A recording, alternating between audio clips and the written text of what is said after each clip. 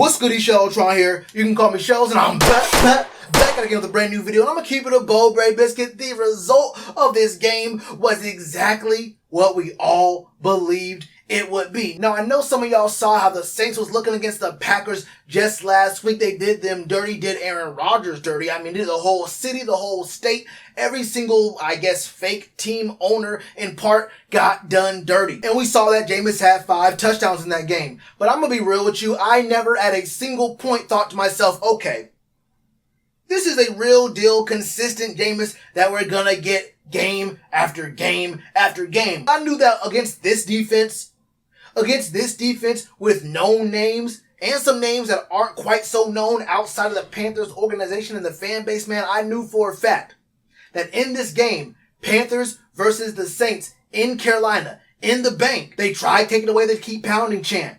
They can't do that. They can't do that because we still gonna keep pounding. Even if they take away the chant, it's not gonna stop the players from doing what they do on the field. 26-7. 26-7 in dominating fashion. Panthers win this game, and most of it was from what we did in the first half of this game, and it started off very, very early. I mean, look, we can talk about how the Saints had 8 coaches who were away because of COVID. Talk about Hurricane Ida. Talk about this image right here. You can see all the players that were out this week. Is that my problem? Is that your problem? Is that any of the players on the Panthers roster problem? It sounds like the Saints problem to me. It sounds like next man up to me. It sounds like, look, if you got a problem with it, then I don't know. Show up to work. I can't tell you what to do with your life, but I'm going to tell you that, hey, sometimes this is what happens when you don't make certain decisions. And then certain decisions lead to certain results in games. We beat the Saints by 3 possessions. Would the game been a little bit different if they had all their coaches and their players? Who knows? Who cares? This game started off real ugly for the Saints real early. Cmac, he gets things started really early, and Sam Darnold early in this game looked elite. Not just good, not just above average. I thought Sam Darnold looked elite. He looked poised. He looked steady. He was reading the pressure, letting the pressure come to him, stepping up into the pocket and delivering throws on time. And then we see Brandon Zylstra do what Brandon Zylstra do 3 minutes into the game. It's a 3-minute drive. Get a touchdown. And all game, I thought Brandon Zylstra played very well. He was where he needed to be at the right times, and he wasn't like he was like a breakout star, like he was going crazy like Tyreek or something like that. But Brandon Zylstra played well in this game to make you think, okay, this could be someone we go to regularly. Maybe not, highlight plays on ESPN every other week, but definitely someone you can have in the rotation. You say, we have confidence that when we throw this man the ball, when it goes his way, good things will happen. So I'm real proud of Brandon Zylstra today. But I can't spend too much time just speaking on Brandon Zylstra because literally every single person who touched the field today had some kind of play, made some kind of impact that is worth mentioning. Marquise Haynes was going crazy. Can I just go ahead and give a shout out to literally every single player on defense? Dante looks like he finally figured out how to play consistently. Looks like he wants to tackle. Open field tackles. This man wants contact now. I remember watching him even just last year, first game of the year, going for shoestring tackles. First 2 years here, it wasn't very good. But I'm looking at this man play aggressively, both in coverage and against the run. This is the Dante Jackson. This is some kind of crazy growth we're seeing from him, man. I'm actually very proud of what he's doing out there. But going back to the beginning of the game, I don't think we sold out the bank, but the house was rocking. We saw 2 back-to-back false start penalties on these Saints, and Jameis was not playing good. Jameis was playing like Jameis, man. Look, the Saints didn't even score for a minute. They didn't score at all in the whole first half. It was all Panthers all the time. There was a play earlier in the game where I think Sam missed Cmac on the 3rd and 2. He was just past the sticks. But for me, I really couldn't blame Sam for that one because he would have had to stare Cmac down the whole play and ignore the left side of the field. He did almost throw a pick, but he didn't throw a pick. So that was all right. Didn't convert, had a punt there, but that was something I want to make sure I mentioned because that wasn't really something I thought that was a horrible Sam Darnold move. I'm glad he went through his progression, looked at Christian McCaffrey for a good minute and said, okay, let's read this half of the field for something. But overall, I can't sit here and blame Sam for that too heavily. Now look, early on in this game, the O-line looked immaculate. They was giving Sam some really good time. The Darnold had time to throw. Some we didn't see with Cam for a long time. Some we didn't see with Teddy Bridgewater for a long time. But Sam had time, and Sam was delivering passes. So I gotta say, the O-line looked real clean in the first half of the game. Good chunk of the third quarter of the game. But like we see with our O-line year after year after year, we either start the year off looking bad and it's just off rip, we just don't look good, or we look strong in the O-line. We surprisingly look strong in the O-line. And then we have issues with injuries. And the two guys we signed in free agency, Pat Elflein and Cam Irving, both went down. Dennis Daly came in. I have no faith in Dennis Daly right now. But he came in, looked all right at some points. Didn't look all that great at other points. That left side of the O-line is absolutely disgusting. Even if everyone was healthy, these are guys who are slightly above maybe replacement level. These are guys who are the best of the best backups, except they're starting for us. So I'm just not really feeling what we got there, even when healthy on the left side of the O-line, which is why I was talking so heavily about how much we really needed to draft O-linemen during the draft. I got called negative, and I got told that you don't draft for need, you draft based off highlight reel. Well, we got to see how our O-line is going to look. But for the most part of this game, the O-line looked strong enough to get us through what we were looking at here. And the Saints really didn't have much pressure at all anyway. I think at one point late in the fourth, we had 10 hits on the quarterback to the Saints 3. We just were going crazy. We looked absolutely elite on defense this game, and I would be very, very surprised if we were not ranked the number one. That's number one, the number after 0, the number before 2. The number 1 defense in the National Football League. We got dudes in the front 7 going crazy. Our back 4 we got some dogs back there too. I mean, Justin Burris went crazy this game too. I knew Justin Burris was going to go crazy this year, bro. Had a lot of faith in him. Thought he would be cut, to be honest, because of how much money he was making, just as a cap casualty. But I'm glad we kept him because he looked good even last year, and keeping him allows us to have Jeremy Chin play free safety, and that allowed us to, look at other spots in the draft and free agency. That's old news. What's new news is just how strong Phil Snow has this defense looking on a consistent basis. We look absolutely like some world beaters right now. We can talk about kicking if we want to. There was the block kick early on. I don't know much about kicking, so I'm not going to tell you if that was is that Zane's fault? Is that Zane's fault? I saw the dude come right through the line. So was that blocking or the kicker? Couldn't tell you. I know he did miss a PAT. I know we had some problems hitting field goals. At this point, bro, I would be okay with just dropping a kicker entirely, just not even fielding a kicker, and bring Deontay Brown on. He's been inactive for the last 2 games. Bring Deontay Brown on. Don't bring a kicker in here. Go for 2. Have some faith in Cmac. We have 5 really consistently good options to pass to, and we have Cmac to run the ball. At this point, I say go for 2.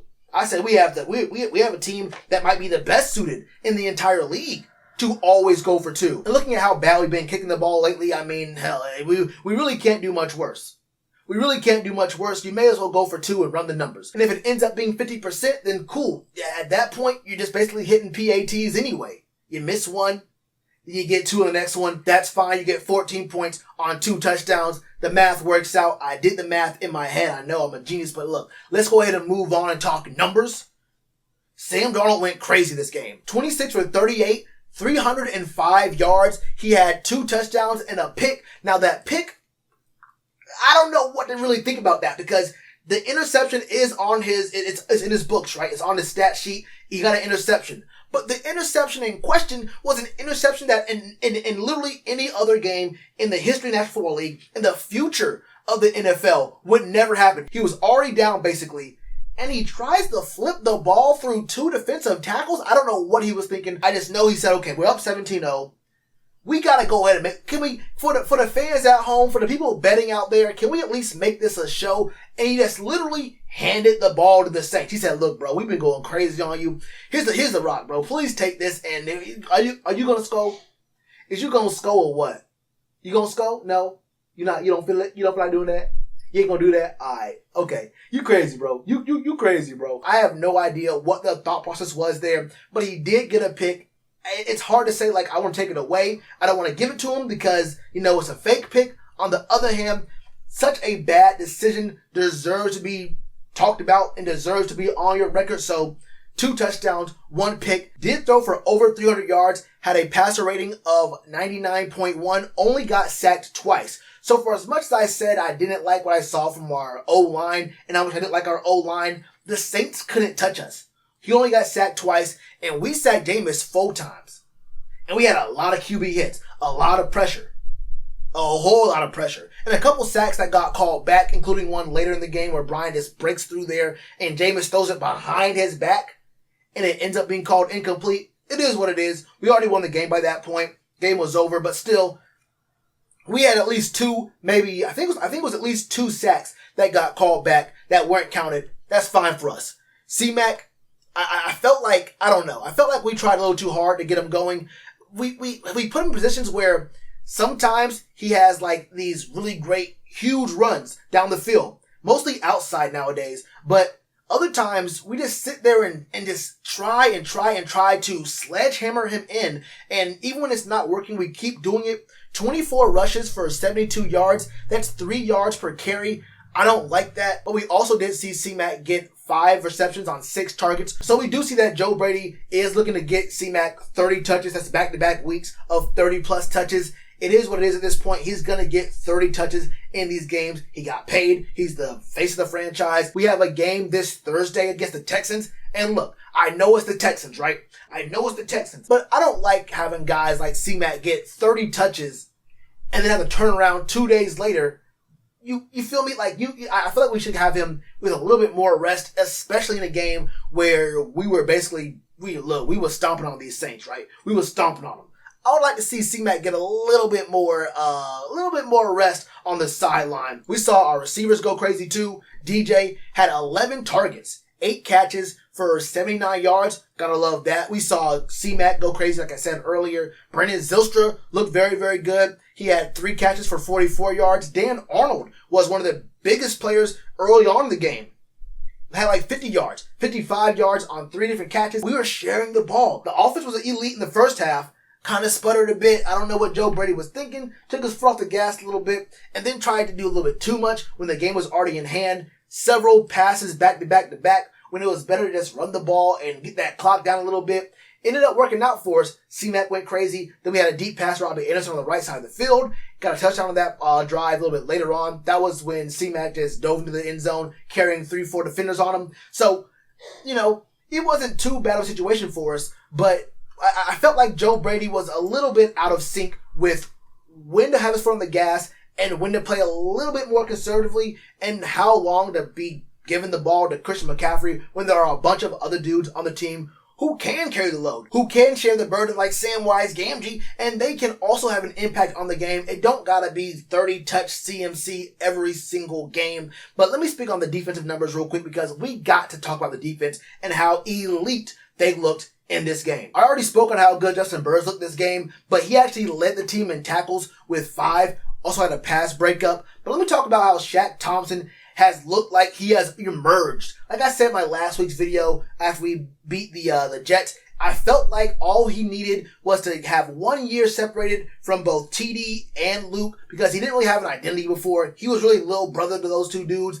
And he had a year to get into the rhythm and get into his head. I am now the leader of this linebacker group. I am now the top dog here. I gotta actually play like it. And it's like more of a mental thing, more like a mind state kind of thing. You see him way more comfortable, especially in that number 7 jersey. Shaq has looked way, way, way better this year than he did at any point last year. Way more consistent too. I mean, Dante, like I said earlier, looked consistent. Hassan Reddick went absolutely crazy. 1.5 sacks this game. I'm telling you right now, man, Hassan Reddick is the real deal. And I'm glad we're using him in a way that actually syncs up with his play style. Hassan Reddick has found a real strong place in this defense, and Phil Snow is a genius.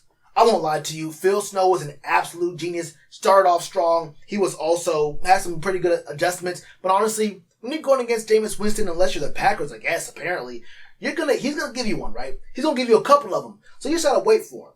If Jameis starts to look good at some point, that's fine. He ran a touchdown in later in the game. That's cool. You just know he's gonna give you one. Ended up giving us a couple of them things. And it's the same old Jameis Winston. This game, he was bad. Next game, whoever they play, I'm sure he'll have a monster game next game.